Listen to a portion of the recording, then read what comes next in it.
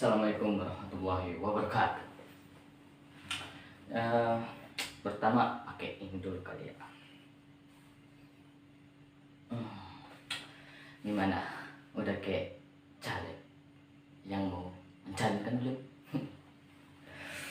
Eh, Biar aman juga ya kan. Siapa tahu nanti saya kena amok gitu ya kan, biar aman. Soalnya kan di negara kita tercinta ini apa-apa kalau pakai peci aman. Tapi ya nggak usah lah pakai ini ya. Oke, perkenalkan saya Fatul Rahmi. Saya dari kelas 11 1. Di sini saya akan membawakan materi apa ya? Sebenarnya nggak terlalu berguna amat, hanya berisi tentang keresahan-keresahan yang teman saya alami di sekolahnya. Keresahan dia pertama itu gini, dia itu salah satu murid yang tergabung dalam OSIS, dimana OSIS itu merupakan suatu penggerak di sekolahnya tersebut, dimana OSIS itu gimana ya bilangnya, katanya itu OSIS itu tertinggi lah dalam perduniaan siswa di sekolah itu. Tapi masalahnya katanya OSIS di situ tidak bisa bergerak dengan bebas gitu. Apa-apa harus dengan persetujuan ini, harus itu dan lain sebagainya gitu. Jadi susah katanya. Dimana itu sebenarnya di sekolah dia itu ada apa ya? Ada yang namanya struktur ya, struktur di sekolahnya itu ada dari kepala, struktur pertama itu ada ketua yayasan, di bawah ketua yayasan ada kepala sekolah, di bawah kepala sekolah ada guru, di bawah guru ada OSIS, dan di bawah OSIS ada siswa-siswanya. Tapi pada kenyataannya ada satu hal yang dilupakan dalam struktur itu, yaitu adanya seorang veteran. Veteran nih, udah tahu, yang gak usah dikasih tahu lah. Dimana veteran ini ibaratnya itu di bawah guru gitu, di bawah guru, di bawah kepala sekolah. Malahan kayaknya nggak di bawah kepala sekolah, sejajar dengan kepala sekolah. Dimana kalau veteran sudah berkata, maka kepala sekolah tinggal iya saja. Kepala sekolah tidak akan membantah gitu. Jadi gini, di dalam OSISnya itu kan, ini kita udah ada proker nih, kita ada proker, kita ingin menjalankan ini dan itu. Tapi masalahnya harus dengan persetujuan kepala sekolah dulu. Kita harus ngajuin kepala sekolah, dan waktu diajuin kepala sekolah ngelapor, atau bukan ngelapor, tapi kadang-kadang veteran mendengar gitu. Veteran mendengar nggak sesuai dengan apa yang mereka inginkan. Veteran tidak suka. Akhirnya ketika veteran tidak suka, batal gitu. Saya tidak suka, saya tidak setuju. Nah, setelah itu kepala sekolah pun ya bakalan datang gitu. Ya udah, datang ke ketua OSIS, kamu mengenai proker itu batal, nggak boleh. Akhirnya ya udah, OSIS di sana ya gitu-gitu aja, nggak ngapa-ngapain, nggak ada kerja gitu. Tiba-tiba nanti ada nih veteran tuh datang tuh, kalian OSIS ngapain sih, nggak ada kerjaan, nggak ada proker, kalian ngapain aja selama menjabat. Mohon maaf nih bang, ya mohon maaf, kami udah merencanakan struktur, udah merencanakan proker, tinggal ngejalanin, Anda sendiri yang tidak setuju. Mohon maaf nih. Akhirnya saya lebih berpikir, ketika dia bercerita itu, saya berpikir ternyata kabinet Indonesia lebih bagus gitu loh, lebih nyata gitu loh. Ibaratnya ketika ya ini di struktur pemerintahan kita nih ya, kita kalau misalnya kementerian ini kita nggak tahu programnya, memang nggak tahu, tapi ada yang dijalanin nih, ada, setuju juga, pemerintah setuju ya, kepala pemerintahan Pak Jokowi gitu setuju gitu.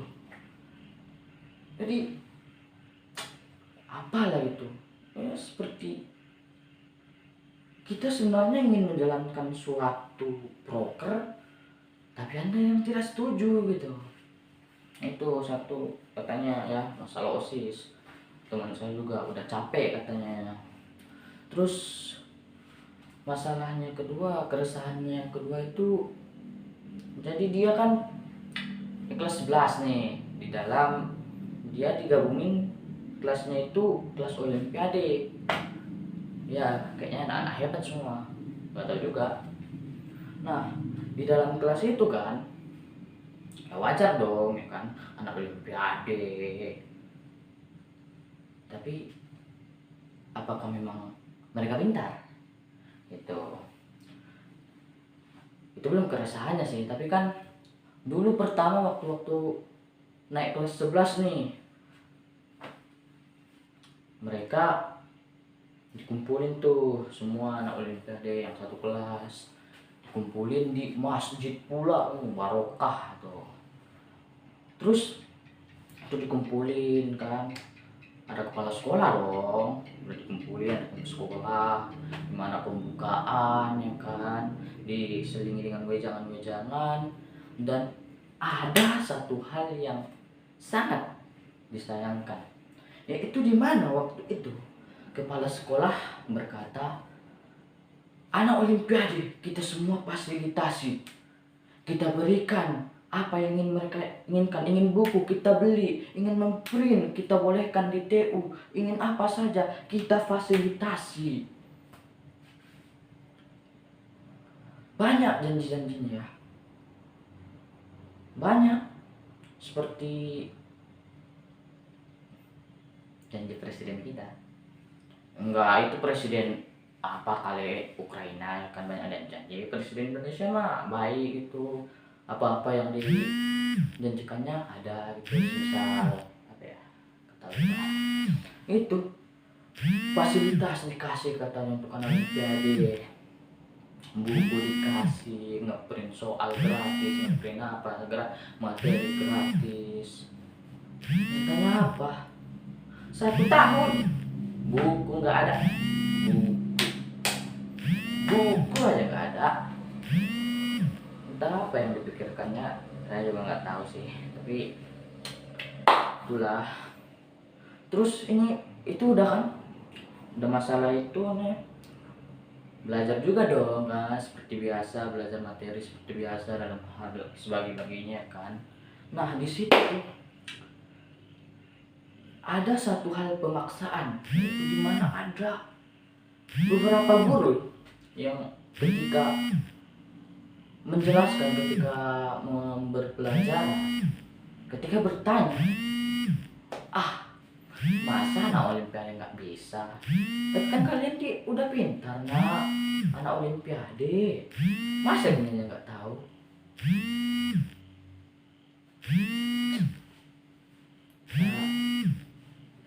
Mohon maaf bu, kami bukan spek Pak Luhut, bukan spek yang serba bisa gitu loh. Kami cuman ya bisa belajar gitu. Kami memang pintar, tapi di satu bidang bu. Kami pintar di satu bidang, bukan berarti kami bisa di bidang semuanya ibu gitu. Ini ibaratnya nih, ada orang yang pintar di astronomi, ditanya pelajaran kimia, apa hubungannya coba, apa koherensinya gitu. Ketika ditanya soal fisika ya masih mungkin itu masih ada koherensinya gitu. Ini anak yang pandai ekonomi ditanya soal biologi nggak dapat dimarahi, dan di atas namakan kalian anak olimpiade, kalian pintar gitu, kalian pasti bisa gitu. Ya kalau emang mau serba bisa ya ibu bilang sama Pak Luhut gitu, Pak Luhut kan serba bisa gitu, Opung Luhut gitu, kami mah cuman bisa satu bidang gitu, kami mah ibaratnya cuman driver satu gitu loh, atau enggak driver second gitu, driver dua gitu, kalau nggak ngilang ya nggak muncul gitu ke permukaan. Itu satu. Nah ada juga nih dimana sekolahnya itu katanya banyak ladang bisnis, siswa dibisnisin, nggak tahu juga saya, bingung gitu, dimana apa ya, kan sekolah ada bus sekolah tuh, murid dibolehkan pakai bus itu untuk jalan-jalan, tapi ya mohon maaf bayar sewa bus. Udah gitu sewa busnya bukan sewa bus anak sekolahan, kayak nyewa bus biasa gitu, kayak nyewa bus biasa, gak ada kurangnya gak ada lebihnya, sama aja gitu. Ya ibaratnya ya memang kan bus sekolah juga ada perlu untuk biaya operasional, perawatan, pemeliharaan, tapi ya nggak harus sama juga dong harganya seperti nyewa bus pribadi, bus biasa sama orang swasta itu. Entahlah gitu loh, masih bingung juga sampai sekarang. Itu dimana banyak sekali ladang bisnis di dalam siswa gitu, dimana misalnya nanti ya bagus sih, tapi seperti mengajarkan muridnya untuk menjadi kapitalis sejak dini gitu, dimana ada kesempatan untuk mengambil rupiah itu terobos saja. Dan lagi-lagi pada akhirnya